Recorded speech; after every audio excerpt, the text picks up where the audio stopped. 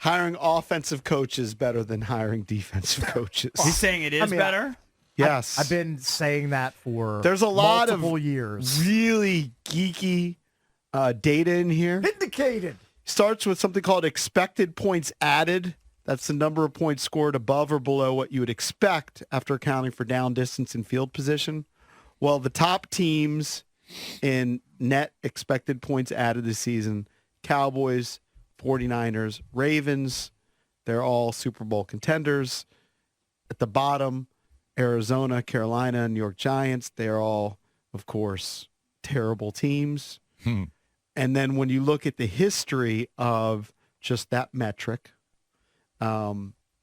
teams that were in the top, it's very geeky that we're in like the top 7, like all the Super Bowl teams were in the top 7 in that category. And it's getting even greater now over time that you want the offenses at the top. And generally those are coached by offensive guys. Like the numbers in here are a little overwhelming and confusing at times, but 53% of the head coaches in the NFL that had prior experience on the offensive side of the game, all right, that's been the hiring. 53% have been offensive guys, so 47% I think have been defensive guys, and they have just fared better. It's in the regular season, in the playoffs, everywhere you look at it, they have fared better. Well, obviously they've got stats guys already hired. They've got analytics guys. But it seems like it's not overwhelming.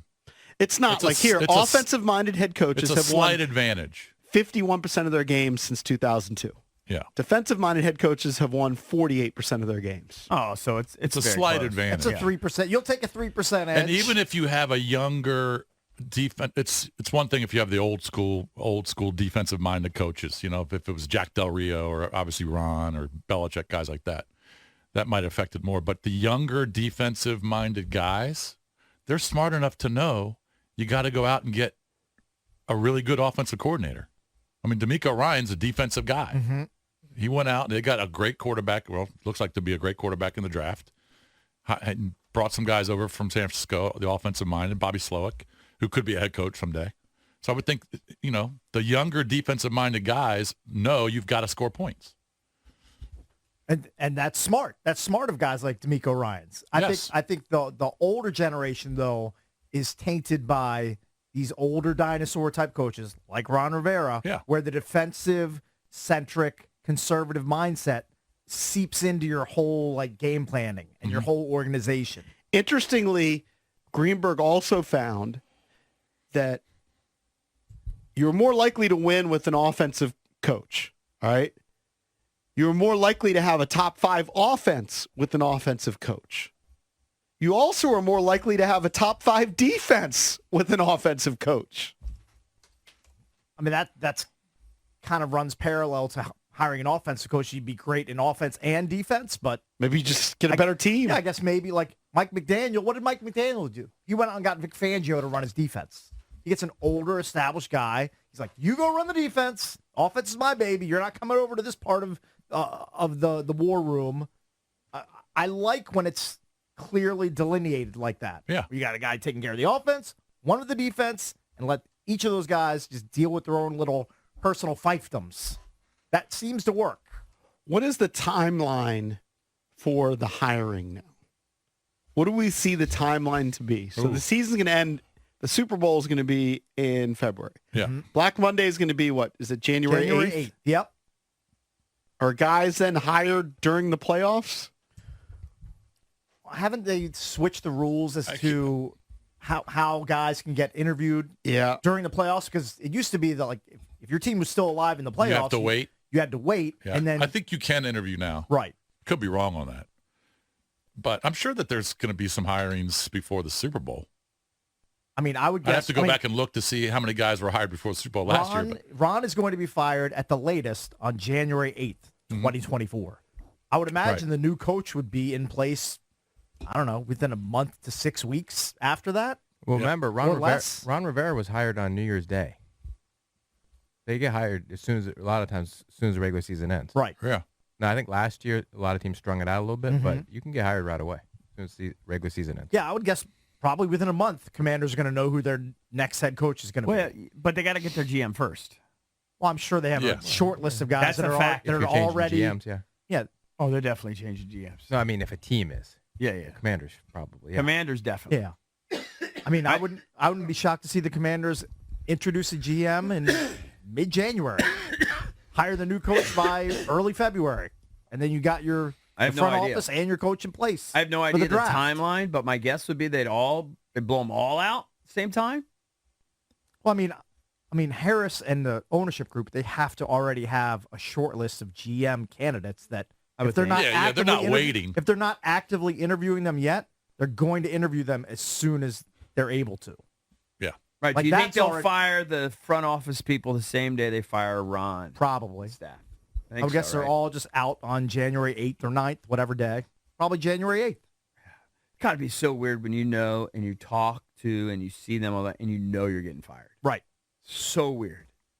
Just the nature of the You're business. just freshening up your resume for your next spot. But like when you have correspondence with them, when you see them on the sideline, you're friendly with each other. Maybe you meet at the park once a month or something. Mm-hmm. Like you're getting fired. Yep.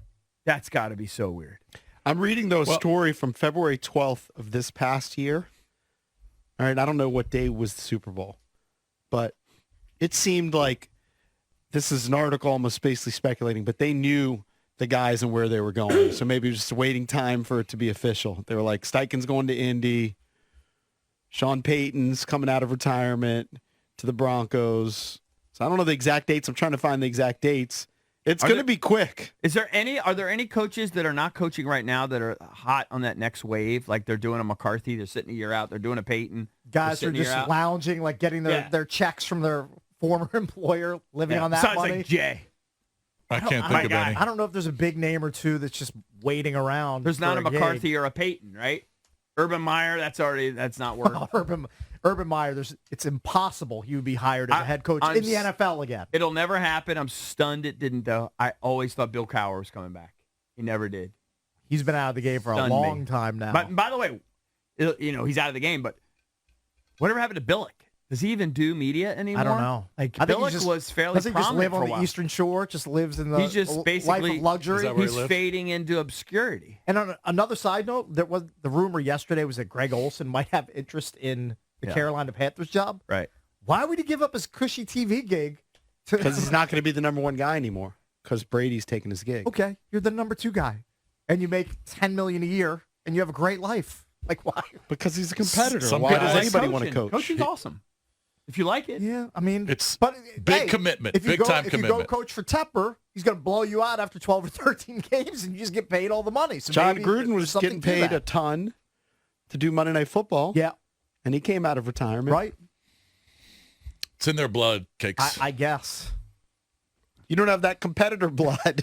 Well, I mean, I think I do for like tennis and pickleball and poker, but not for like coaching people. I think It's not my Olsen's thing. pretty good. I mean, don't you think he's pretty good?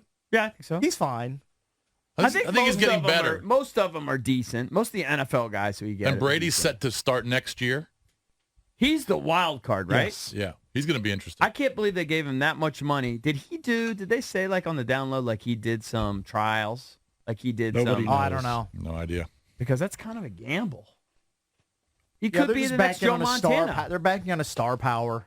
I know, but think about how bad Joe Montana was. Think about how bad Emmett was. Mm-hmm. Montana, though, was studio guy, right? Yeah. Oh yeah, He so wasn't bad. He was really I bad. think they a tried color everything. commentator. I think he might have tried that too. he was just bad. Bad. Just no personality. Terrible Yeah, personality. Terrible personality. Terrible. I saw Joe Montana at MGM a few years ago, throwing footballs to people in the ballroom yeah? with the big poker. Did that's Valdez right. have a question Chance for him? for I life forget. event. I can't remember. What was your question you were going to ask Joe No, Montana? I asked him how the Haas avocados were doing. Yeah, that's right. It's a good one. Solid.